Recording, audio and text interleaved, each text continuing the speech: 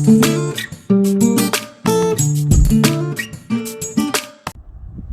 your child having loose stools? Is he or she vomiting? Are you still staying at home because your mother-in-law, elderly neighbors are telling you that it's normal? Charlie, come and let's tell you whether it's normal or not. If you want to find out the causes of all these things in babies, we are talking about children between the ages of 0 to 2 years. In this particular video, it's more concentrated on children who are less than 1 year old. Please, if you are new to this channel, my name is Abigail. Welcome to my channel.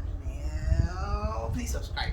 And then if you are a regular customer, thank you for sticking around with us. Please do not forget to like, share, comment, and then subscribe. See ya. Time with Dr. Adams. Hi there. Welcome to another episode of I always forget what episodes we are doing.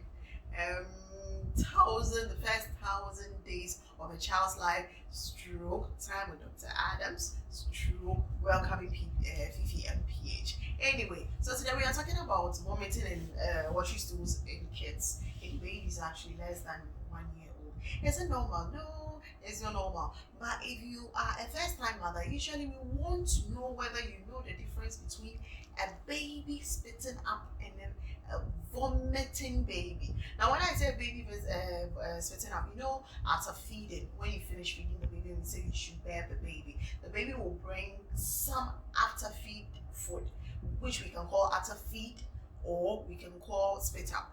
And then we have vomiting and gasa. But usually first time mothers, they do not know the difference, especially if they don't have an elderly person in the house, they can't tell the difference.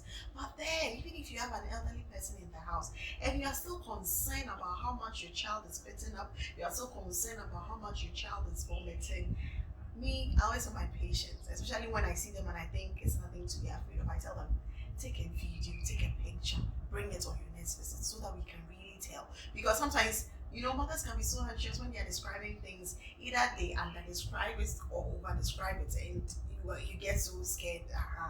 So we want to know exactly what is happening. Now, a baby after feeding, if a baby burps or brings out after feed, small after feed, or spits up, that is okay. But then vomiting, when you come, we want to ask you questions. Vomiting, was a vomiting projectile? Now when we say projectile, that means the baby will just be there and it will just come out. That is projectile. When you can describe that to us, or you show us a video that is depicting that, you give us an idea where we are looking out for, what lab to do, what ultrasound to do. Okay, fine. If the baby is just there, and then the vomiting is just also coming from the sides of the mouth, or you just be there, and then it will just come, not poof, but slowly with much less force. We also have an idea. In the vomitus, we want to ask, what is in the vomitus? When I say vomitus, it means what came out from the mouth. Is it the breast milk? And breast milk, it can be the fresh breast milk you just fed the baby, and the fresh breast milk comes out. Or curdled milk. Curdled milk is like the milk has gone into the stomach intestine and it's clumped up together. Yes, that's what we call the curdled milk. When you look inside the vomitus, that is what the child puts up. Does it have phlegms in there? Does it have blood? That is something that we are interested in. What time does baby usually vomit? Is it before feeding? Is it after feeding? Is it when you put baby down? Is it when you don't put baby down? Is it when baby is lying on their tummy? These things are very important to us because some of the answers we get from these. If you just fed baby and you didn't bear baby and you put baby down, baby vomits out, we know it's because you didn't bear baby. With that, we can tell you what to do. We will just advise you and counsel you on that. If you just fed baby and then you suddenly started doing baby, hey, what did you not grow? Hey, baby will vomit. Oh crap, when you finish eating and you go and do giddy giddy, you still vomit. If you just fed baby and you put baby on the tummy, baby is asleep and you want to put baby on the tummy, of course baby can vomit. So we want to ask these things to know exactly what is happening. Then we'll also ask you, was baby coughing before he vomited, he or she vomited? Did it come with a fever. All these things gives us idea where exactly to look for when it comes to solving the problem or diagnosing. Let's talk about watery stools. When we talk about watery stools, it means baby's poo is lighter than what is supposed to be, or loose stools. When you come to the hospital, we'll ask you how many times. So you should know how many times is normal to your baby. Now, I cannot overemphasize that every baby is different. So your neighbor, Akosia's baby, poo-poos 4 times in a day, and you know that your child poo-poos 6 times in a day. So Akosia cannot say that yours is abnormal, because that is normal for you. You should know your baby's normal poo-poo, how many times the baby poo-poos in a day, and that should be baby's normal poo-poo. So if baby is going more than that, then apart from going more than that, that's the frequency. The poo-poo, the consistency too has become very soft or very watery. Then we can say there is a problem. And even when you come to the hospital, we'll also ask you, if the poo-poo, did you see phlegms? Is there blood? These are things that we are interested in. And I love patients who also give us graphic information. You take a picture, you come and you show us, a doctor, this is it. Now, moving on to this, when you come, we'll ask you all these questions. Please tell us the truth. No one is going to shout at you.